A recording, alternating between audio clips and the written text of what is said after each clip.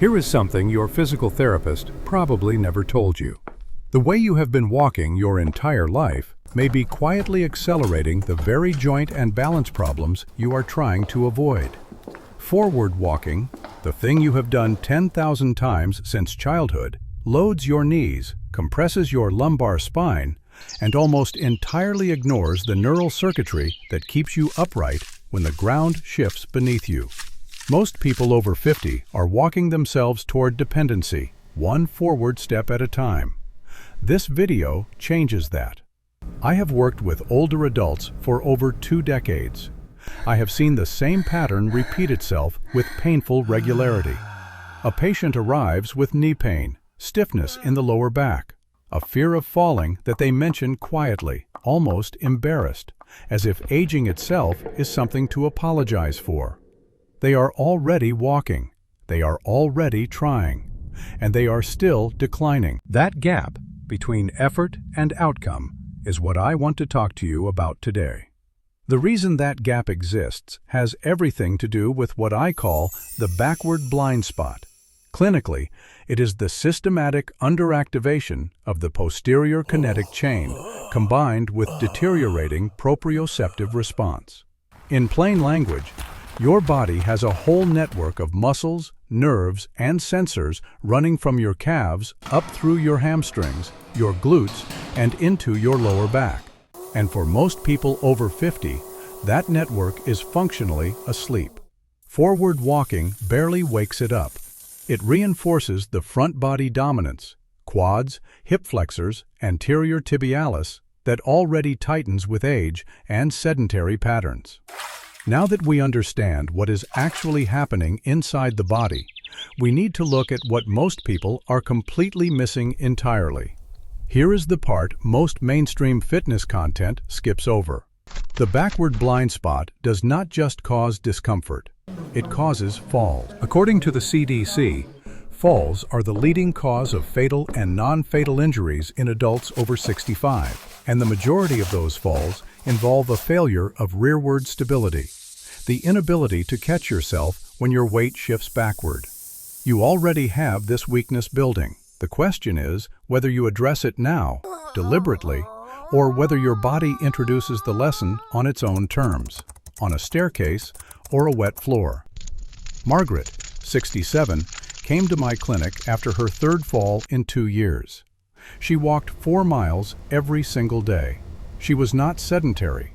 She was, by every common measure, doing the right thing. But she had never once trained her body to move or stabilize in a posterior direction. Her posterior chain was functionally decorative.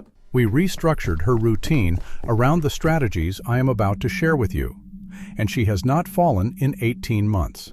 You might be thinking, I am not frail. I do not need fall prevention. I understand that thought. But the research is clear that the neurological decline that leads to falls begins silently, often a decade before the first incident, and the people who act before the symptom become the people who never develop the symptom. If you are watching this right now, I want you to type the word stronger in the comments. It tells me you are here. It tells me this information is reaching the people who need it, and it anchors your intention for what comes next. I am going to give you 5 strategies, counting down from 5 to 1, with number 1 being the most important thing I can share with you about mobility and independence after 50. These are not fitness tips. They are a protection plan for the life you intend to keep living. Number 5, backward walking for knee decompression. You may already be carrying the quiet fear that your knees are simply wearing out, that the grinding, the stiffness after sitting, the ache on the stairs are just the cost of living this long. They are not inevitable. They are feedback. When you walk forward, your quadriceps work eccentrically to absorb impact, and that repeated loading pattern over years compresses the patellofemoral joint, the meeting point of your kneecap and your femur. It is like pressing on a bruise the same way, 10,000 times a day. Backward walking reverses that loading pattern entirely. Your hamstrings and glutes become the primary drivers instead of your quads, and the compressive force on the front of the knee drops dramatically. A clinical study from the Journal of Biomechanics involving subjects across 2 research centers found that retro-walking, the technical term for backward walking, reduced patellofemoral joint stress by approximately 30% compared to forward walking at the same pace. 30%. Start with a clear, flat surface, a long hallway in your home, an empty parking lot, a track. 10 steps backward, pause, 10 steps forward. That is 1 set. 3 sets to begin. Keep your hands lightly extended for spatial awareness, your chin level, your core gently engaged. The most common mistake here is rushing. Slow and deliberate teaches your nervous system. Fast and sloppy teaches nothing. Do this consistently, and your knees begin communicating something different, relief instead of complaint. And that shift in the knee is only the beginning of what we need to protect. Number 4. The posterior chain activation walk. The muscles along the back of your body, your hamstrings, your glutes, your spinal erectors, are the architecture of upright posture and explosive stability. After 50, without deliberate engagement, this architecture softens. The body reallocates neural resources toward muscles you use most. If you sit for hours and walk only forward, the posterior chain gradually loses its authority to act quickly when you need it most. Backward walking at a slightly inclined surface, the gentle rise of a driveway, a treadmill set to a 2 or 3% incline, maximizes posterior chain activation in a way that flat surface forward walking simply cannot replicate. A 2019 study from South Korea involving over 120 sedentary older adults found that an 8-week retro-walking protocol on a treadmill produced significant improvements in lower limb muscle strength and trunk stability compared to a matched forward walking group. The gains were not marginal. They were clinically meaningful. Walk backward for 20 to 30 seconds on a gentle incline, holding lightly to a rail or counter for safety as you build confidence. Then, walk forward for 60 seconds. Alternate 4 to 6 rounds. The mistake people make is gripping the support too tightly. Light contact only, so the stabilizing muscles are actually recruited. Your body should be working. You should feel it. When those posterior muscles wake up, your posture changes. Your back stops aching the way it did. And the system that is being reactivated here does something even more important than reduce pain. Number 3. Retro-walking for balance recalibration. Balance is not a gift, it is a skill. And like all skills, it atrophies without practice. Your vestibular system, your proprioceptive sensors in the feet and ankles, and your visual processing all communicate constantly to keep you upright. Forward movement creates a predictable, overfamiliar stimulus for these systems. They operate on autopilot. Walking backward is neurologically unfamiliar. It forces your cerebellum, your brain's balance coordinator, to engage at a higher level. Think of forward walking as a known road your brain drives in its sleep.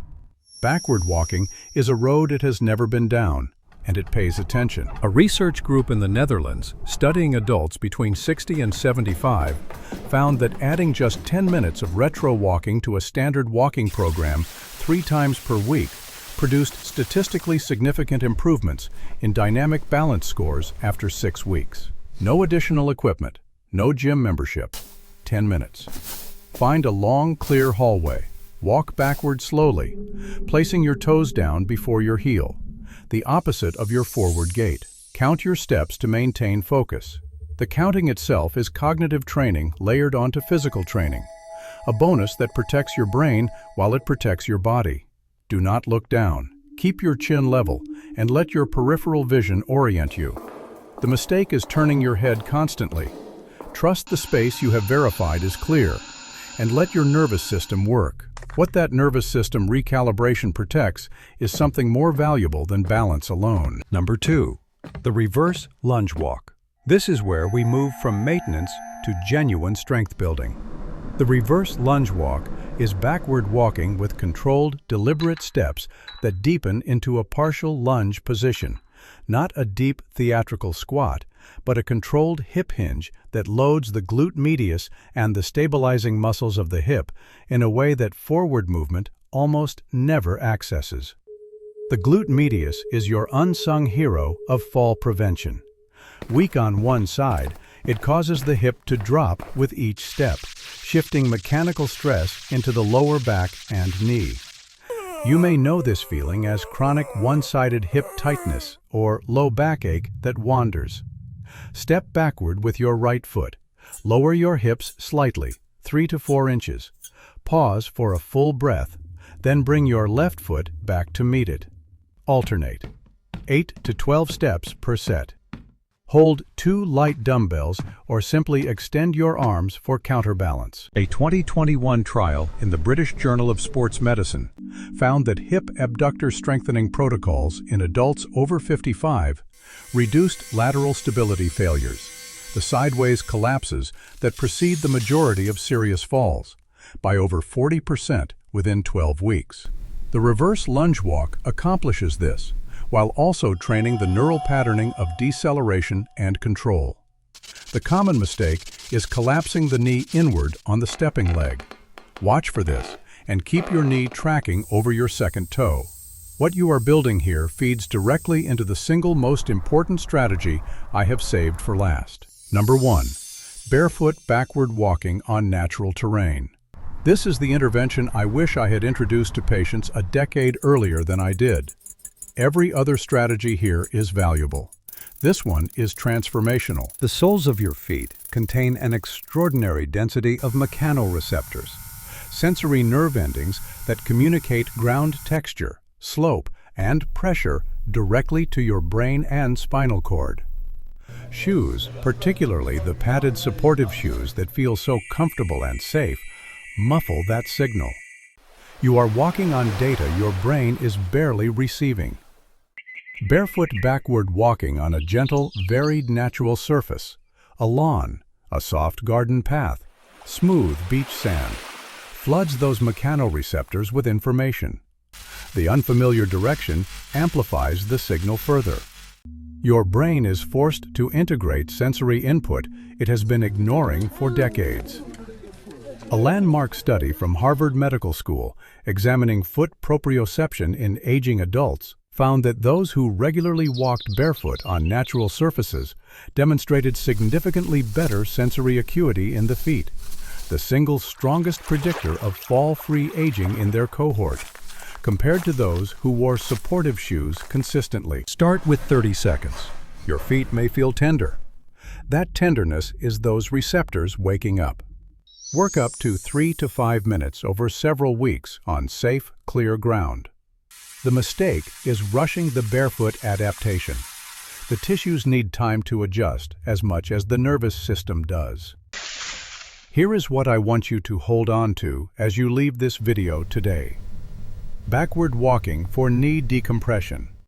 Posterior chain activation walking. Retro walking for balance recalibration. The reverse lunge walk for hip stability. Barefoot backward walking on natural terrain for sensory restoration. 5 strategies. One unified principle behind all of them. Your body was designed with a full range of movement capabilities, and the way modern life is structured causes most of those capabilities to go unused until the body starts asking for them the hard way. Your body is not failing you. It is being honest with you. Stiffness is a message. Instability is a signal. Every symptom you have been treating as evidence of decline is actually an invitation to engage something you have not been using. That is not a bleak reality. That is a genuinely hopeful one. 1 year from now, if you apply even 3 of these strategies consistently, the research suggests your knee discomfort will be measurably reduced, your balance scores will have improved, and your confidence in uneven terrain will have grown in ways that protect your independence in daily life. 3 years from now, the neural pathways you are building through retro walking will be meaningfully thicker and more responsive than those of peers who never trained them. 5 years from now, you will be the person in the room who moves with quiet confidence, the person who has not had that fall, who still carries their own groceries, who still takes the stairs, who still lives entirely and unapologetically on their own terms. Every step you take backward is, in the most literal sense, a step toward the future you are choosing for yourself. I want to ask you one question in the comments. What is the moment, the specific moment, when you first noticed your body asking you for something different? Your answer may be exactly what someone else in this community needs to hear, that they are not alone. If this video gave you something useful, share it with someone you care about over 50. That is not a metric. It is a gift. Subscribe because there is more where this came from. And the next video covers something equally important that most people in their 50s are completely unaware of. I will see you there.